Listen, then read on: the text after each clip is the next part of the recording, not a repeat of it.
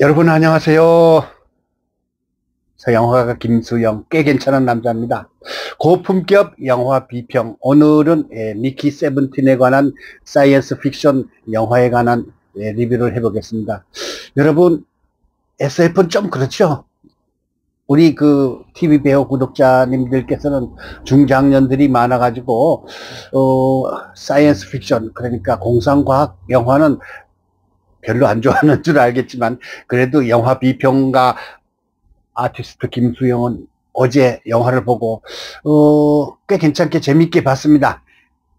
미키 세븐틴. 원작은 에드워드 애시턴이라는 소설가가 공상과학 소설 썼는데 원래 제목은 미키 세븐이에요. 근데 영화에서는 봉준호 감독이 미키 세븐틴으로 했습니다. 세븐틴 하면 왜 세븐틴인가, 여러분께서 우선 저는 영화 비평가니까 왜 제목을 이렇게 지었는가를 생각해 봤습니다. 물론 휴먼 프린터라고 그래 가지고 사람들을 자꾸 복사를 하는 그런 그 참 2054년도의 이야기입니다. 그러니까 앞으로 50년 아니죠. 앞으로 한 3, 40년 후에 이런 일이 벌어질 거라는 상상을 하고 만든 영화인데, 제가 누굽니까? 시나리오 작가에다가 SF 소설을 쓴 사람이에요.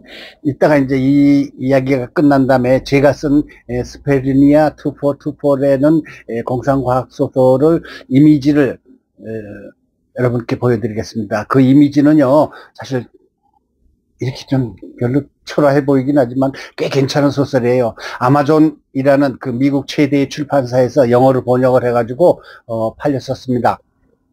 자, 이제 그 얘기는 이제 끝에 가서 하고요. 우선 미키 세븐틴에 관한 이야기 먼저 하겠습니다. 봉준호 감독하면 여러분도 잘 아시죠? 뭐 그 기생충에다가 또 괴물, 천만 관객을 동원했던 괴물, 한강에서 괴물이 나타났다는 괴물, 그 다음에 옥자, 설국열차 같은 대단한 작품을 쓴 세계적인 감독이에요. 특히 기생충으로서 사관왕을 차지했잖아요. 감독상에다가 최고의 외국 장편 영화상, 그 다음에 하여튼 대단한 그 호평을 받고 전 세계에서 최고의 인기를 끌었던 기생충 영화, 패러사이트. 멋있었어요. 왜냐? 사회적인 불평등. 그러니까 인간 계급에 있어서 어느 사회든 다 마찬가지겠지만 그런 그 사회적인 불평등에 관한 참 날카로운 고발을 했던 작품이 기생충인데, 이번 세븐틴에도 그런 그 요소가 약간 들어가 있습니다. 그건 감독의 평소에 참 그 마음에 담겨져 있던 그런 것을 영화에다가 담아내는 그런 그 역할이겠죠. 원작도 물론 그런 게 있었는지 모르겠지만 사실은 그거를 그 봉준호 감독이 요리를 특별하게 좀 잘했다, 이렇게 제가 말씀드릴 수가 있는데 조금 혼란스러웠어요. 왜? 미슐린 음식점 있잖아. 미슐린이라 그러면 세계에서 가장 인정받는 프랑스 요리 대가가 이 집은 먹어도 될 만한 대표적인 음식점입니다라는 그런 그 참 닉네임을 주는 그 미슐린 식당에 전국에 몇 군데 있는데, 영화도 마찬가지예요. 봉준호 감독이 세계적으로 인정받는, 인정해도 좋은, 이름만 봐도 좋은 영화, 이런 뜻을 가지고 있는데, 봉준호 씨는. 근데 저는요, 요리에서 그 유명한 셰프들이 최고의 그 요리 재료를 가지고서 막 요리를 만들잖아요. 그런데 맛있는 것만 너무 많이 집어넣으면은 오히려 맛이 안 나잖아요. 이게 바로 그런 영화예요. 영화에서 재미있게 하려고 막 여러 가지 막 수순벅거려 가지고 막 비빔밥처럼 마구마구 집어넣는데 스토리 전개에 있어서 기승전결이 약간 부족했고, 그 다음에 클라이막스가 조금 아쉬웠어요. 영화 비평. 저 혹평 잘합니다. 호평도 물론 들어갈 수도 있지만 혹평도 잘할 수가 있어요. 왜?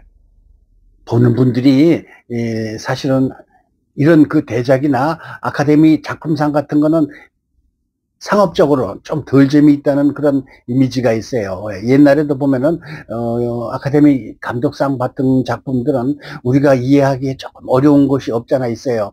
근데 이 봉준호 감독도 너무 앞당겨서 그런가, 또 우리 세대가 SF잖아요. 이게 공상과학이라는 게 먼 훗날 있었던 얘기, 먼 훗날 있을 얘기를 미리 꾸며놓은 거라서 아 저럴 수도 있구나 하지만 에이 저런 것도 있구나 하고 실망할 때도 있어요. 그래서 영화에서 구체적인 내용을 이야기하면 여러분께서 실망을 할까봐 아주 깊은 얘기는 안 하겠고, 우선 그 나오는 사람 얘기할게요. 미키 역, 그게 뭔가 하면은 그 휴먼 프린터, 그러니까 인간을 복제하는 거예요. 세븐틴이라고 돼 있잖아요. 17번이나 복제를 하고 18번이나 복제를 해요. 같은 사람을. 그 참 재밌잖아요. 그 아이디어가. 저도 마찬가지예요. 그 제 소설, 제가 쓴 공상과학 소설에도 그런 내용이 나오긴 하지만, 먼 훗날에는 아마 그런 게 나올 거예요. 내 인생에 있어서 이런 사람도 경험해보고, 저런 사람도 경험해보고, 뭐 이런 건데, 여기에는 17번, 18번이나 복사를 하는데, 그 주인공이 미키 역이 로버트 패틴슨이라는 배우고요. 그 다음에 여자 배우는 흑인인데 나오미 아키예요. 나시아 역으로 나왔고요. 그 다음에 한국인 교포, 지난번에 이제 미나리로 해가지고 또 윤여정이 그 아카데미 조연상을 받은 작품 있잖아, 미나리. 거기에서 나왔던 스티븐 연, 미국 교포예요, 이분은. 그 사람이 또 중요한 역할을, 티모 역이라는 역을 하는데 연기도 잘해요. 그런데 아까부터 자꾸 하는 얘기가 뭔가 하면 마구마구 벌려놔, 이야기를. 비빔밥에서 재료를 마구마구 퍼넣어가지고 그냥 맛이 그냥 어떤 맛인지도 모를 정도로 마구마구 섞어놔서 좀 혼란이 스럽긴 하는데, 그래도 우리가 보기에는 아이디어는 괜찮다, 아주 독특하다, 또 뭐 기법이 대단하다라는 그런 느낌을 받았고, 그 다음에 미키 세븐틴은 우리가 겪어보지 못한 세상을 미리 보여주는 그런 거 작품이긴 한데, 처음에 느낄 때 나는 미키가 뭔가 뭐 사람 이름이긴 하겠지만 그래도 좀 이렇게 가슴에 와닿는 그런 느낌이 없어요. 봉준호 감독이 옛날에 작품 만들었던 옥자라는 것도 마찬가지고요. 그냥 돼지가 갑자기 커가지고 그걸 갖다 이제 애완용 돼지죠. 그런 것도 있었고, 또 한강에 괴물이 나타나가지고 막 그냥 온 시민들을 막 잡아먹고 막 난리 부르스 쳐가지고 여의도에서 그 괴물이 막 튀어나와가지고 그랬던 건 생각하면은 봉준호 씨는 참 그 신선함과 또 소년스러운 또 기백한 그런 마음속에 있는 그런 감독인 것 같아요. 그게 바로 창작이면서 현대 감독이 만들어낼 이야기인 것 같습니다. 자, 여기에서 우리가 늘 하는 얘기지만 영화는 100번짜리 꿈이라고 합니다. 미리 얘기를 했어야 되는데 퀴즈 하나 낼게요. 끝까지 보면서 끝에 이 답을 말씀드릴게요. 자, 한국 영화 중에서 소재가 가장 많이, 같은 소재로 가장 많이 영화화된 게 무엇이라고 생각하십니까? 우리 같이 그 약간 올드맨들은 대충 느낄 수가 있는데 젊은이들은 잘 모를 거예요. 그런 영화가 지금은 잘 안 나오니까. 자, 끝에 가서 말씀드릴게요. 한국 영화 중에서 한 소재로 가장 많은 여러 번 영화를 만들었던 소재가 무슨 소재인가 맨 끝에 제가 말씀드릴게요. 이거는 뭐 한국 영화를 보는 영화 관객으로서 상식으로 있을 만한 그런 내용이라서 꼭 알아야 될 내용입니다. 자, 이렇게 해서 미키 세븐틴, 세븐틴이라고 제가 제목에 대해서 잠깐 이야기해 볼게요. 미국에는요, 우리나라의 그 뭐 여성 동화나 뭐 이런 패션 잡지가 있잖아요. 그렇듯이 세븐틴이라는 잡지가 있습니다. 이게 뭔가 하면은 10대들이 가장 많이 보는 특히 여자아이들이 많이 보는 잡지가 세븐틴이에요. 우리로 따진다면은 글쎄 소녀시대나 다를 바 없다고 생각할까요? 그런 정도의 나이들이 보는 세븐틴이에요. 그래서 여기서 제목도 아마 물론 휴먼 프린터에서 여러 번 인간을 복제, 17번이나 복제했다는 뜻도 있지만 그 세븐틴이라는 젊은 세대를 겨냥해가지고 제목을 넣지 않았나 그런 생각이 듭니다. 사실은 공상과학 영화에서 저는 가장 존경하는 사람이 아서 C 클라크라는 사람이 있습니다. 제가 이제 시나리오도 쓰고 소설도 썼기 때문에 그 사람에 대해서 많이 아는데 영국 작가예요. 영국 작가인데 이분은 글쎄 우리가 잘 모를 거예요. In the year 2424라는 게 있습니다. 이 서기 2424년. 제가 쓴 소설도 스페르니아 투포투포거든요. 거기에서 따와가지고. 그러는데 이 사람도 지금 2025년 아니에요. 2424년이니까 무려 400년 뒤에 있을 얘기를 썼고요. 또 우주 오디세이라는 영화도 나왔잖아요. 그것도 아서 C 클라크라는 사람이 SF 소설을 쓴 겁니다. 그래서 대단한 그 참 상상력을 가진 사람인데 우리나라에서는 사실 SF가 그렇게 많이 알려지지 않고 좋아하지도 않고 또 좀비 영화도 그렇게 뭐 젊은이들이 약간 좋아할 뿐이지 우리같이 꼰대들은 옛날에 기승전결이 아주 잘 나타나는 역사극이나 아니면 로맨스 뭐 그냥 로미오와 주리엣 같은 아주 달콤 쌉싸름한 그런 영화를 좋아했지만 이거는 사실은 여러분도 한번 볼만해요. 왜냐하면은 1,400원, 아니, 14,000원이거든요, 입장료가. 제가 이제 미리 용산 그 CGV 앞에 풍경을 잠깐 한 1분도 안 되게 이제 보여드릴게요. 영화를 보고 나와가지고, 아, 우리 지금 현재 세상은 이렇구나 하는 것을 보여주는 건데, 어쨌든, 우리 영화가 이렇게 한국 감독이 세계에 내놓을 만한 위대한 명작들을 마구 내놓는다는 것에 대해서 참 놀라운 세상, 한국 영화의 발전이라는 걸 느끼고요. 지난주에 미국 북미 영화 개봉을 했는데 1위였답니다. 이게 박스 오피스 1위였대요. 봉준호 감독의 미키 세븐틴이. 그래서 한국인들이 이제는 세계의 문화를 이끌고 휩쓸고 지구를 뒤덮고 있다는 그런 자부심과 긍지를 가지게 하는 미키 세븐틴이었습니다. 그래서 여기서 미키 세븐틴에 관한 평점은 제가요 좀 약하잖아요. 8점 드리겠습니다. 8점.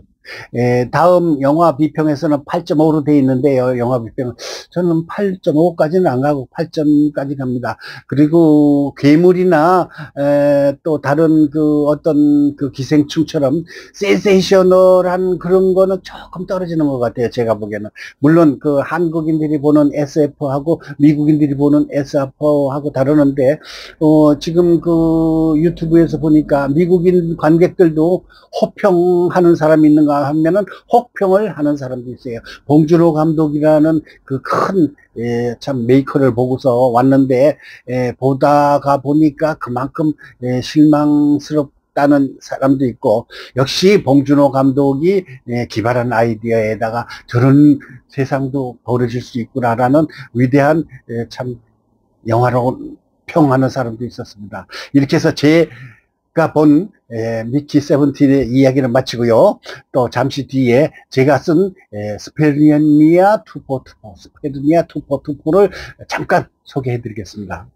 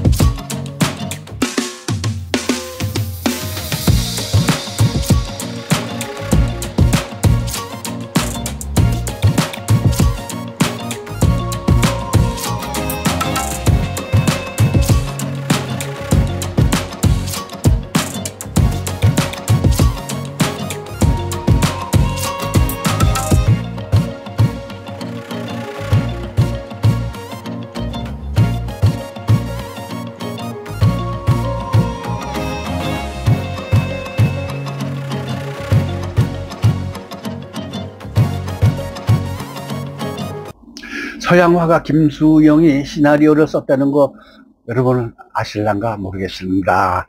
자, 제 자랑을 좀 한번 해볼게요. 사실은 영화 아카데미라고 그래가지고 영화진흥위원회에서 시나리오 강의를 하는 것이 있습니다. 명동에 있는 그 영화진흥위원회에서 6개월간 교육을 받았습니다. 61기입니다. 거기에서 교육을 받고 쓴 게 아니라 그 전에 한 10년 전에 제가 쓴 공상과학소설 스페르니아 투포 이건 1편 2편으로다가 영화가 영어로 번역이 돼 가지고 미국의 그 유명한 출판사 있잖아요. 거기에서 번역이 돼 가지고 팔렸어요. 근데 한국 출판사가 지금 그거를 연결하다가 그 출판사가 문을 닫았기 때문에 지금은 안 하고 있는데, 다시 제가 이제 다른 출판사를 통해서 그 아마존에다 다시 올릴 예정입니다. 내용을 잠깐 얘기할게요. 서기 2424년, 그러니까 앞으로 400 years ago, 400년 후에 있을 예정인 그런 세상을 얘기하는 겁니다. 자, 어느 위대한 뿅 나간 사나이가 지구의 표면에 70%를 차지하는 바다가 있잖아요. 바다를 어느 행성에다 팝니다. 그리고 그 거대한 바다의 땅을 그 뿅 간 사나이가 지배를 합니다. 그러니까 지금 현재 러시아가 세계 최고의 넓은 땅을 차지하고 있으면서도 우크라이나를 침략해가지고 땅을 넓히고 뭐 참 우스운 짓을 하고 앉았는데, 이 사나이는 지구의 70%를 차지하는 제국을 만듭니다. 스페르니아 제국. 얼마나 멋있어요. 그리고서 그 바닷물을 판 행성에서 지구보다 400년이 앞선 과학을 받아들여 가지고 땅을 지배를 해요. 얼마나 멋있어요. 이 대단한 아이디어 아닙니까? 지상에서 가장 높은 것이 에베레스트 산 아닙니까? 7,700 몇 미터 지상 7,700m잖아요. 백두산이 2,400이고, 그런데 땅은 몇만 킬로미터까지 들어가는 곳이 있습니다. 태평양의 그 필리핀에서 가까운 그 곳에 땅이 그렇게 깊은 곳이 있어요. 바닷속에. 근데 그 바닷속에 뭐가 있는가 하면은 1차 대전, 2차 대전 때 러시아나 일본이 동남아에서 탈취한 보석, 그런 게 배가 침몰돼 가지고 보석, 다이아몬드 한 배 가득 있는 그런 배도 발견하고, 재밌잖아요. 스페르니아 투포 제가 이미지를 올려놓겠습니다. 보시고서 또 영화 하겠다는 분 있으면은 지금 저한테 연락 주시기 바라겠습니다. 서양화가 김수영이었습니다. 스페르니아 투포 사실은요 아바타보다 더 재밌고요, 미키 세븐틴보다 훨씬 재밌습니다. 스펙타클, 다이나믹하고 익사이팅하고요.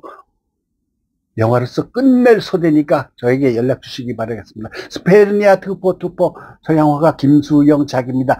그 아마존에서 팔렸던 그 평하는 그것까지 올려놓을 테니까 이미지를 보시고서 박수 좀 쳐주세요. 꽤 괜찮은 남자 서양화가 김수영이 진행했던 미키 세븐틴 고품격 영화 비평, 그리고 아까 마지막으로 얘기한 한국 영화의 무려 16번이나 같은 소재를 가지고서 영화화 했다고 그랬잖아요. 춘향전이에요, 춘향전. 우리 한국인 속에 가장 아름다운 사랑, 비극의 사랑, 춘향전. 그게 한국 영화에서 무려 16번이나 리바이벌 해서 또 만들고 그래도 인기가 끌었는데, 지금은 그런 영화 보고 박수 칠 사람 그렇게 많지는 않을 거예요. 요즘에 젊은이들이 하도 외국에 물이 많이 들고 또 유튜브니 뭐 세계적인 영상을 너무 많이 익숙해져 가지고 달콤 쌉싸름하고 뭐 그냥 뭐 춘향아 뭐 수청을 받아라 뭐 이런 거는 지금 눈에 안 띌 거예요. 그래서 춘향이 성춘향도 있었고요. 또 옛날에 인기 여배우 치고 춘향전에 한번 안 나왔다는 사람은 영화배우가 아니다라는 말도 있었습니다.